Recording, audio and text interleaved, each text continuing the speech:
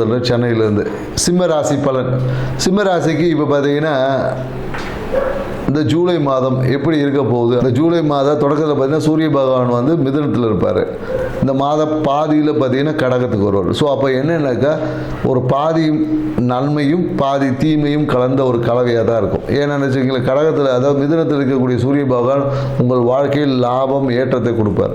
அதே சூரிய பகவான் கடகத்தில் வரும்போது சிறிய பயணங்கள், விரயம், கொஞ்சம் தூக்கம் இல்லாத சூழல், இந்த மாதிரியான சூழல்கள் எல்லாமே அமையும்.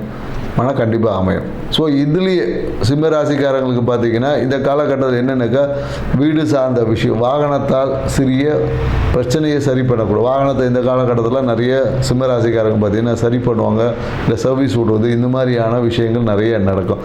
அதே போல் என்னென்னாக்கா வீடு சார்ந்த விஷயத்தில் ஒரு சின்ன பிரச்சனைகள் ஏதாவது ஏற்படும், இல்லை ஏதாவது பொருள் மாற்றங்கள் செய்வாங்க, வீட்டில் ஏதாவது பொருள் மாற்றுறது, இல்லை ஃபேன் மாற்றுறது, இந்த மாதிரியான ஏதாவது எலக்ட்ரிக்கல் விஷயங்களில் ஏதாவது ஒரு சீர் செய்யக்கூடிய ஒரு காலகட்டம் இந்த காலகட்டமாக இருக்கும். மேலும் பார்த்தீங்கன்னு வச்சுங்க, இவங்க இந்த காலகட்டத்தில் என்னென்னாக்கா பொருளாதாரத்துக்காக என்னென்னாக்கா பயணம் செய்யக்கூடிய விஷயம். பயணம் செஞ்சீங்கன்னா இந்த காலத்துக்கு காசு கிடைக்கும்.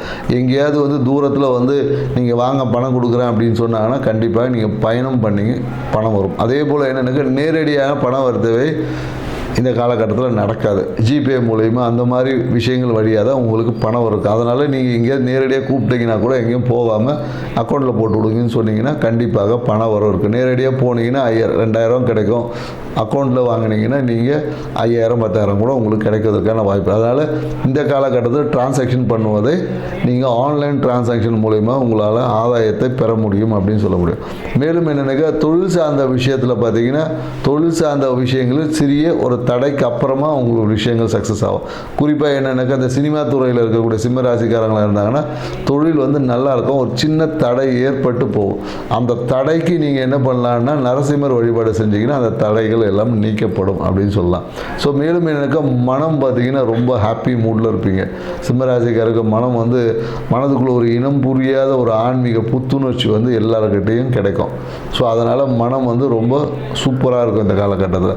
அதிலும் குறிப்பாக மகர ராசிக்காரங்களுக்கு பார்த்தீங்கன்னா இந்த காலகட்டம் ரொம்ப அருமையாக இருக்கும்னு சொல்ல முடியும். ஏன்னா எண்ணிய எண்ணங்கள், குறிப்பாக ஆன்மீகம் சார்ந்த விஷயத்தில் நீங்கள் எண்ணிய எண்ணங்கள் எல்லாமே சிறப்பாக இருக்கும். குழந்தைகள் சார்ந்த நீங்கள் எடுத்த முயற்சிகள் எல்லாமே சிறப்பாக இருக்கும்னு சொல்ல முடியாது.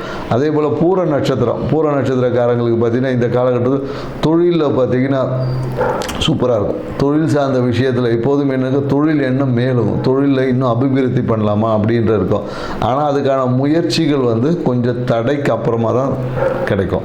அதே போல் என்னென்னாக்கா உத்திர நட்சத்திரக்காரங்களுக்கு என்னக்கா ஒன்று வந்து அந்த என்னக்கா அவசர தன்மையால் ஒரு சிறிய தூக்கமின்மை, ஒரு மன அழுத்தமும் வரும், ப்ளஸ் காரியமும் நடக்கும். ஸோ அப்போ என்னென்னாக்கா உத்திர நட்சத்திரக்காரங்களுக்கு கண்டிப்பாக வெளிநாடு பயணங்கள் என்பது அடுத்த ஜூலை மாதத்தில் கண்டிப்பாக இருக்குது. ஸோ அப்போது விரயங்களும் உண்டு, பயணங்களும் உண்டு அப்படின்னு சொல்ல முடியும் சிம்மராசிக்கு. ஸோ நாங்கள் சொன்ன இந்த தகவல் உங்களுக்கு பிடிச்சிருக்கோன்னு நினைக்கிறேன். எங்கள் சேனலை சப்ஸ்கிரைப் பண்ணுங்கள், லைக் பண்ணுங்கள்.